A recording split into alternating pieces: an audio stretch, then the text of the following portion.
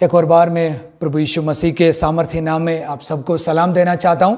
और आजकल हमको पता है हम लोग एक क्रिसमस सीजन में हैं, है ना। दुनिया के अलग अलग कोने में लोग अलग अलग तरीके से क्रिसमस को मनाने के लिए कोशिश करते हैं, है ना। काफ़ी बार लोग, है ना, उनके जो सोच विचारों के अनुसार क्रिसमस को मनाने के लिए सोचता है। और ये ज़रूरी नहीं है यीशु मसीह को व्यक्तिगत रूप से उनको जानना और चर्च में आना और किसी के साथ संगति करना ये ज़रूरी नहीं है। आजकल अलग अलग तरीके से लोग इसी को सेलिब्रेट करने के लिए कोशिश करते हैं।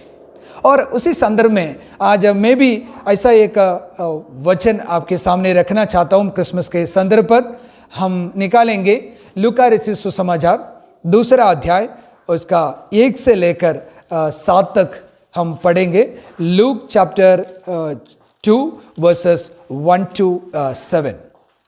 उन दिनों में अगस्तुस कैसर की ओर से आज्ञा निकली कि सारे जगत के लोगों के नाम लिखे जाए। यह पहली नाम लिखाई उस समय हुई जब क्विरियुस सीरिया का हाकिम था। सब लोग नाम लिखवाने के लिए अपने अपने नगर को गए। अतः यूसुफ भी इसलिए कि वह दाऊद के घराने और वंश का था, गलील के नासरत नगर से यहूदिया में दाऊद के नगर बेथलेहम को गया कि अपनी मंगेतर मरियम के साथ जो गर्भवती थी नाम लिखवाए। उनके वहाँ रहते हुए उसके जन्म के दिन पूरे हुए और वह अपना पहलौठा पुत्र जनी और उसे कपड़े में लपेटकर चरनी में रखा, क्योंकि उनके लिए सराय में जगह ना थी। Praise the Lord, thank you so much. और जो 7वां वचन में एक और बार पढ़ना चाहता हूँ, और वह अपना पहिलौठा पुत्र जनी और उसे कपड़े में लपेटकर चरनी में रखा, क्योंकि उनके लिए सराय में जगह न थी। मेरे प्रियो, आज मेरा जो संदेश को मैं एक शीर्षक ऐसे देना चाहता हूँ, make a room for Jesus. यीशु मसीह के लिए एक जगह बना दीजिए।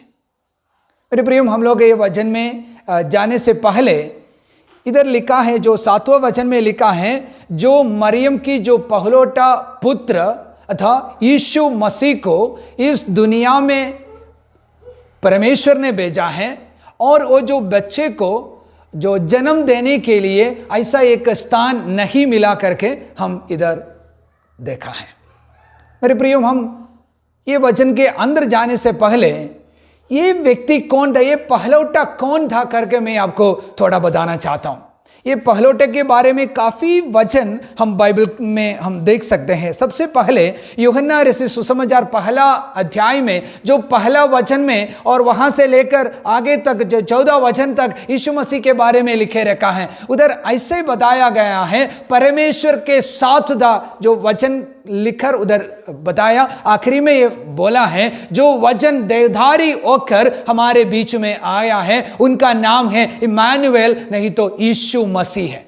और जो पहला वचन को मैं उस तरीके से अगर पढ़ना चाहते तो यीशु मसीह परमेश्वर के साथ था, आदि में था, और परमेश्वर के साथ था, जो परमेश्वरी बनकर स्वर्गीय स्थान में विराजमान थे।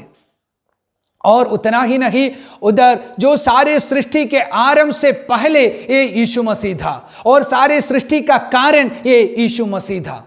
ऐसा एक व्यक्ति, और यीशु मसीह का जो ओरिजिनल स्वरूप के बारे में अगर हम देखते तो अभी एक, है ना, जो चरनी में एक बच्चे के रूप में हम देख सकते हैं, लेकिन वो व्यक्ति कौन है असली में?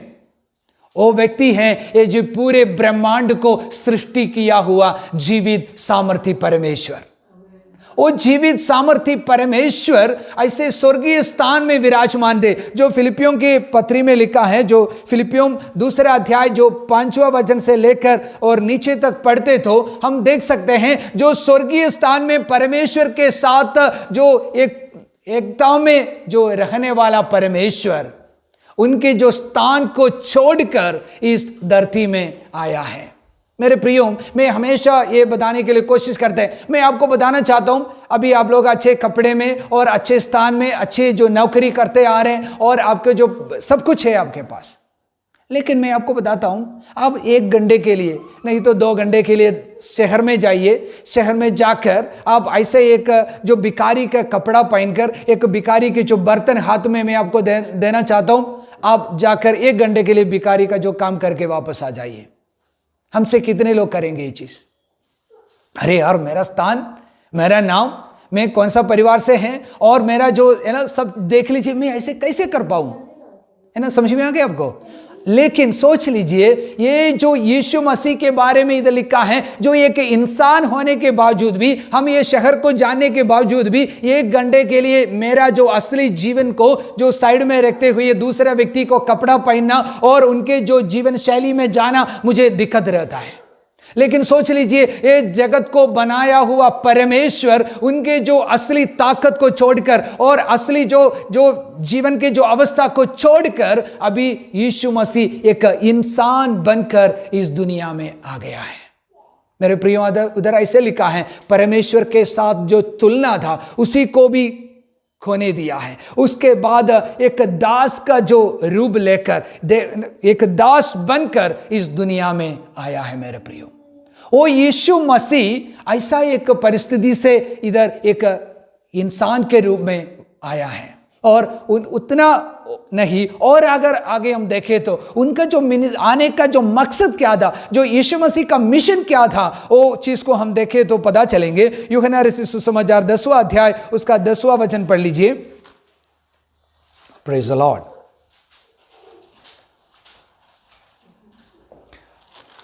John chapter 10 verse 10. Yes. चोर किसी और काम के लिए नहीं, परंतु केवल चोरी करने और घात करने और नष्ट करने को आता है। मैं इसलिए आया कि वे जीवन पाए और बहुतायत से जीवन पाए।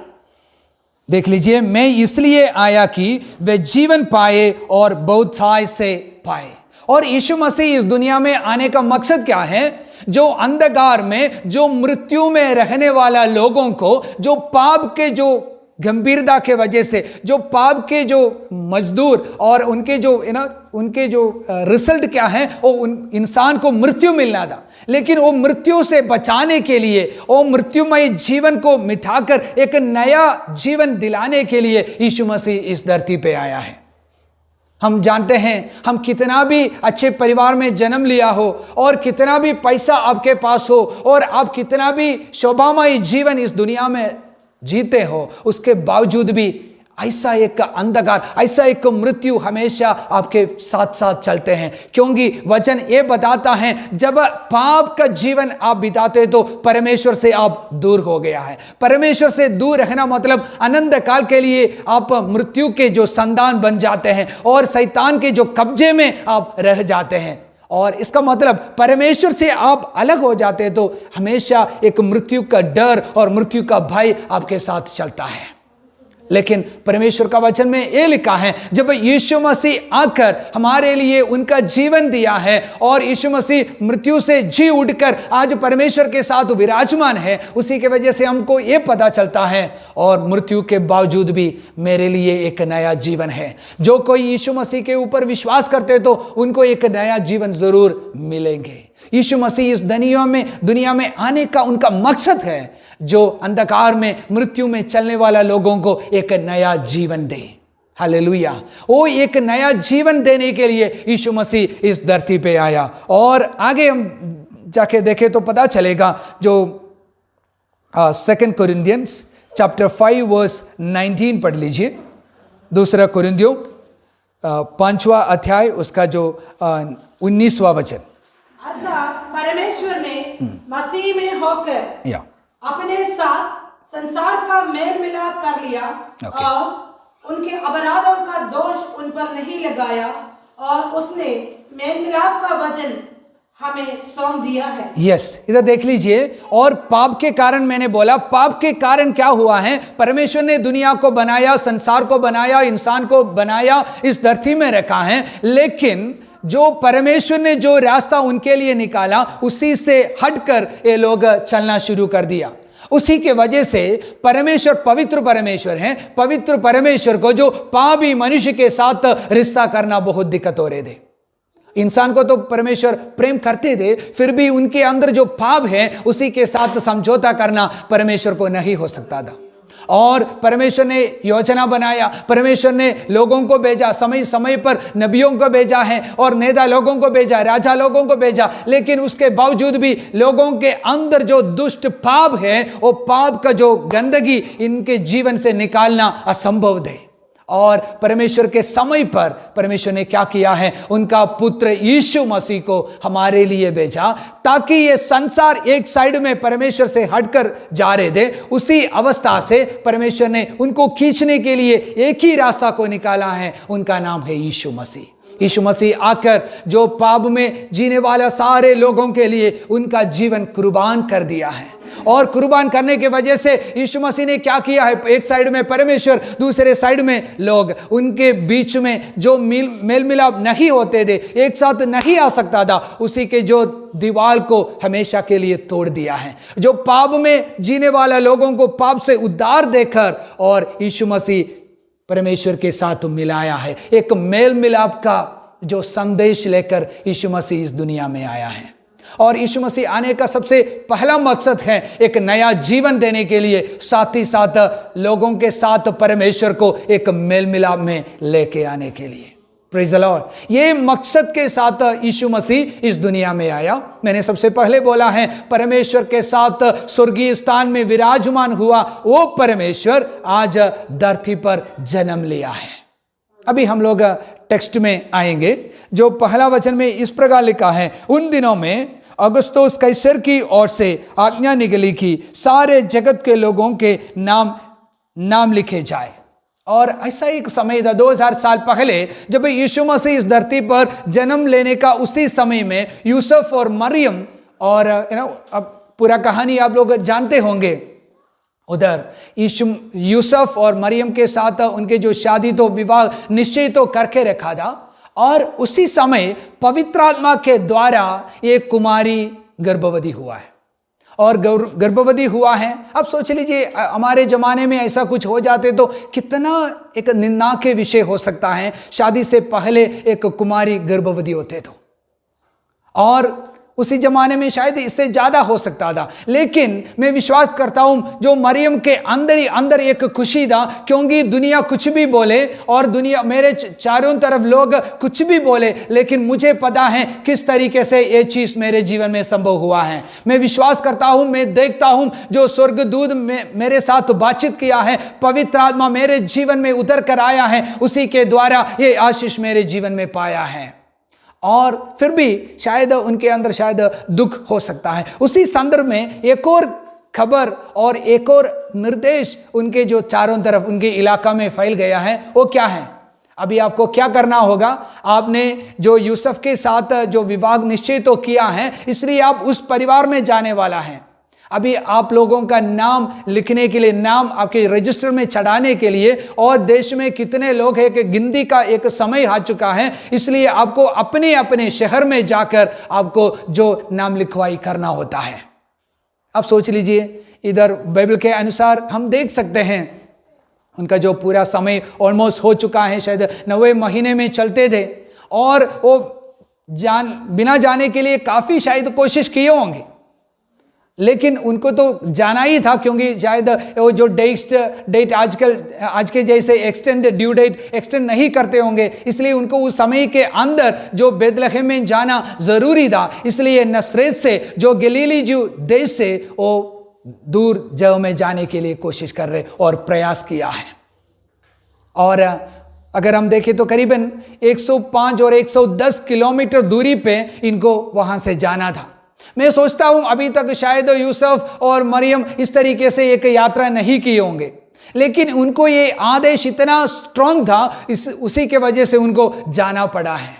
लेकिन मेरे प्रियो, मैं आपको एक चीज बताना चाहता हूं, और यीशु मसीह इस दुनिया में जन्म लेने से करीबन 700 साल पहले यशायाह नबी के द्वारा ये वचन उनके लिए लिखा है, जो बेथलेहम में जो दाऊद के नगर में एक खुशी का संदेश आने वाला है, एक खुशी का खबर मिलने वाला है। शायद बेथलेहम एक छोटा शहर है, छोटा एक गांव हो सकता है, लेकिन वो गांव को मैंने चुन रखा है। उसी गांव से एक ऐसा एक आशीष आने वाला है जो पुराने भविष्यवक्ता मीका भी लिखा है, जो बेथलेहम जो शहर को परमेश्वर ने आशीष देने वाला है। सोच लीजिए, कुमारी जन्म लेंगे करके यशायाह ने भी नहीं बोला, बेथलेहम को मान्यता मिलांगे करके मीका ने भी नहीं बोला, लेकिन ये कैसे संभव हो सकता है? अगर मैं सोचता हूं, अगर ये आदेश नहीं आते तो जरूर ये जो परिवार किसी भी तरीके से उनके जो इलाका में, उनके घर के अंदर ऐसा है ना, एक बेटे को जन्म देने के लिए जरूर कोशिश करेंगे। कोई भी लेडीज ऐसे नहीं सोचता है और एक नया जगह में जाकर, अनजान जगह में जाकर उनका जो डिलीवरी हो जाए, है ना।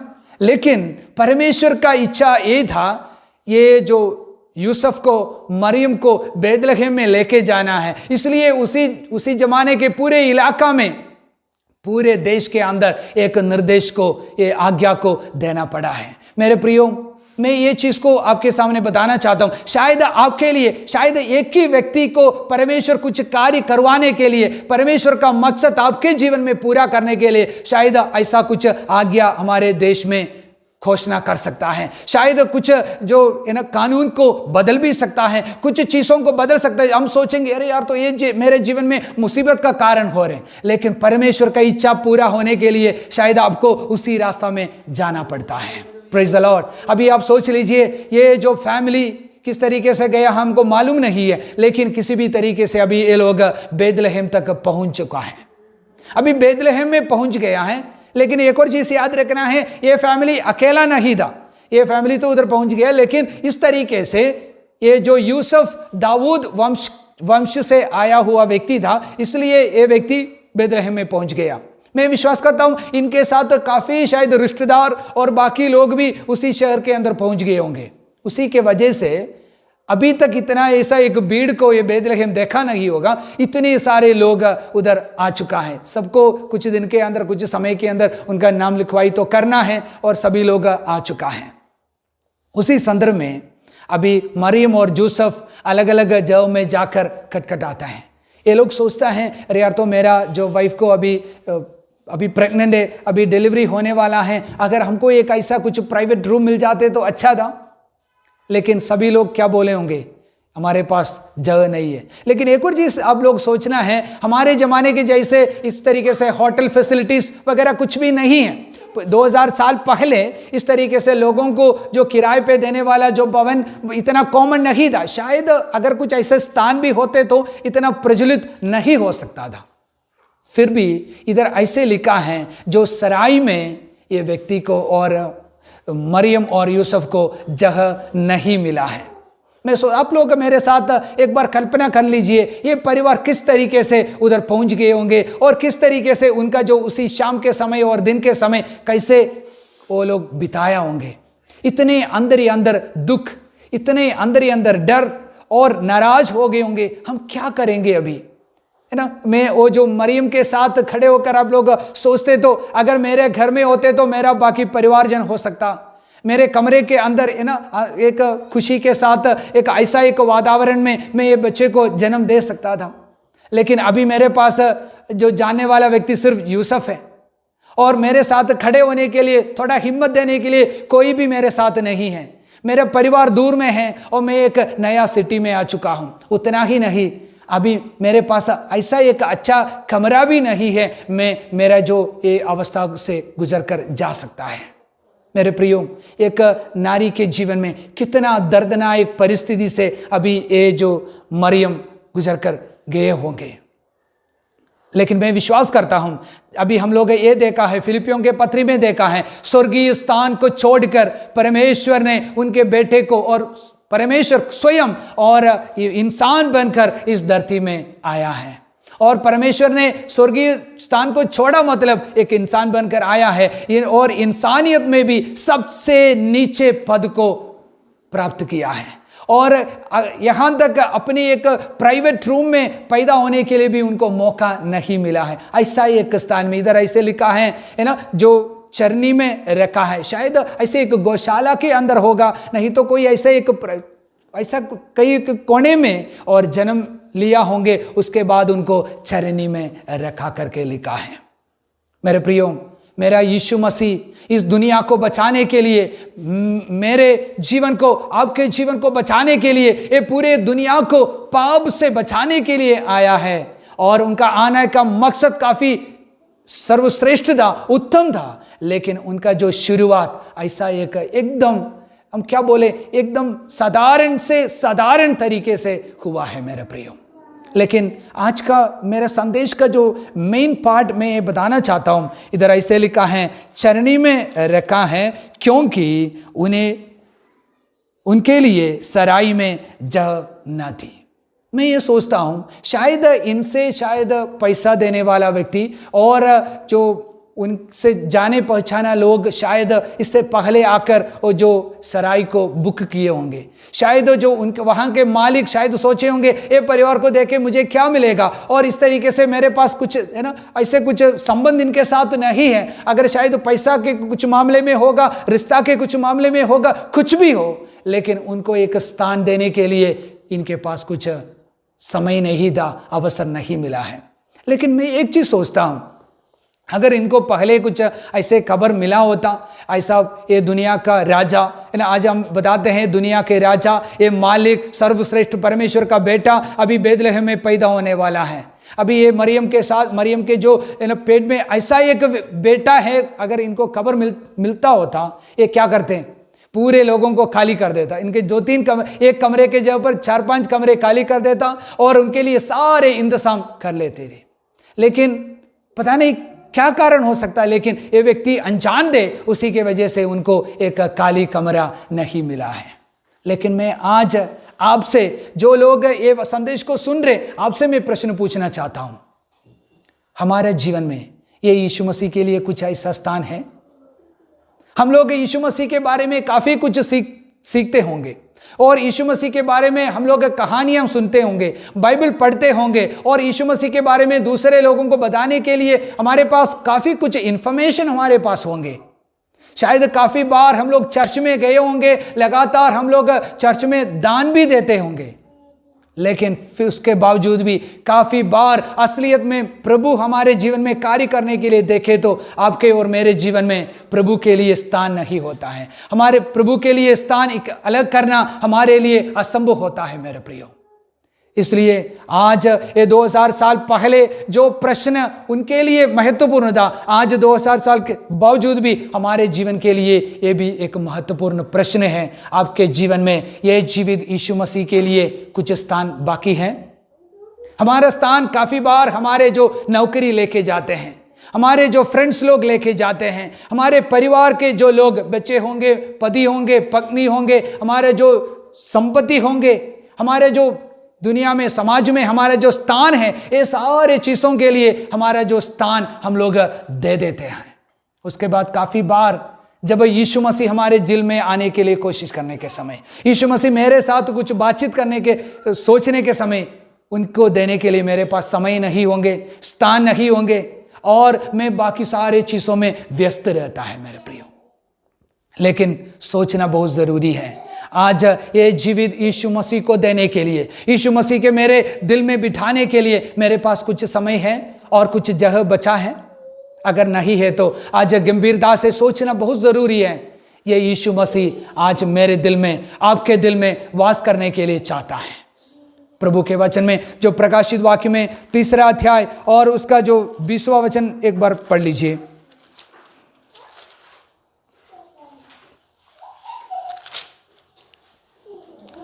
देख मैं द्वार पर खड़ा हूं,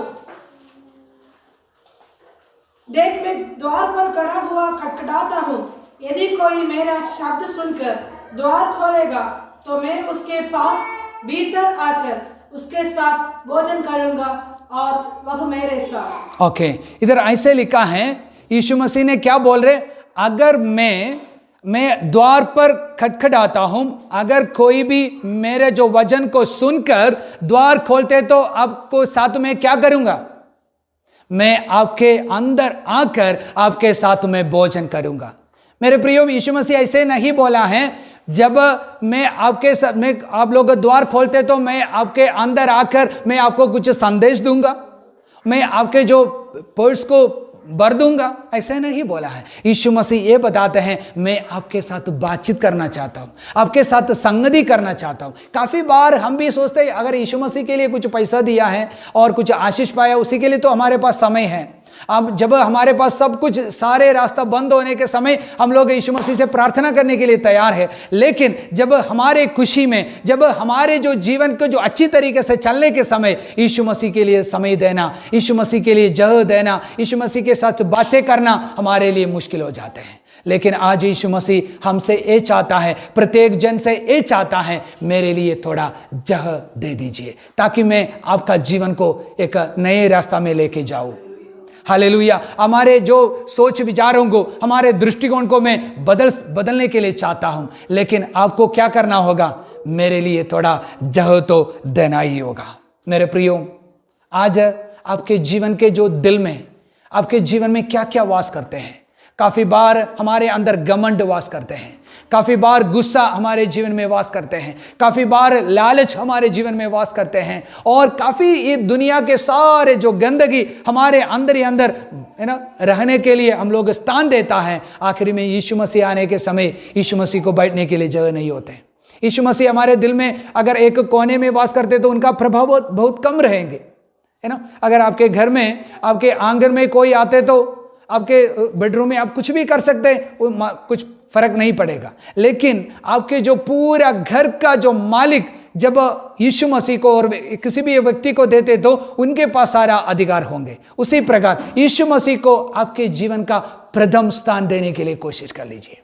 आपके जो जीवन का मुख्य स्थान देते तो यीशु मसीह आपके जीवन के हर क्षेत्र को बदलावट लेके आएंगे। आपके सोच विचारों को बदलेंगे, आपके जो आर्थिक समस्या को बदलेंगे, आपके भविष्य को बदलेंगे, और आपके रिश्ता को प्रभु यीशु मसीह बदलेंगे मेरे प्रियो। लेकिन प्रश्न यह है, आपके दिल में, आपके जीवन में ये यीशु मसीह के लिए कुछ स्थान बाकी है? अगर नहीं है तो आज एक निर्णय लीजिए। प्रभु यीशु मसीह में काफी समय हो गया, मैंने कितने बार एक क्रिसमस को मनाया है, मैंने कितने बार चर्च में गया है, वचन को देखा है, पढ़ लिया है, लेकिन अभी तक मैं जिस तरीके से आप चाहते हैं उसी तरीके से एक स्थान मैंने आपको दिया नहीं है। लेकिन मैं आज चाहता हूं प्रभु जी, आप मेरे दिल में आ जाइए, मेरे दिल में आकर वास कर लीजिए, ताकि मेरा इच्छा नहीं, आपके इच्छा के अनुसार मेरा जीवन आगे बिता सके।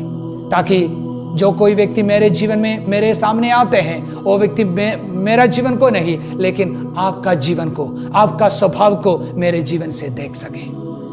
यस मेरे प्रियो, हमारे आंखों को बंद करेंगे, हम लोग प्रार्थना में जाएंगे।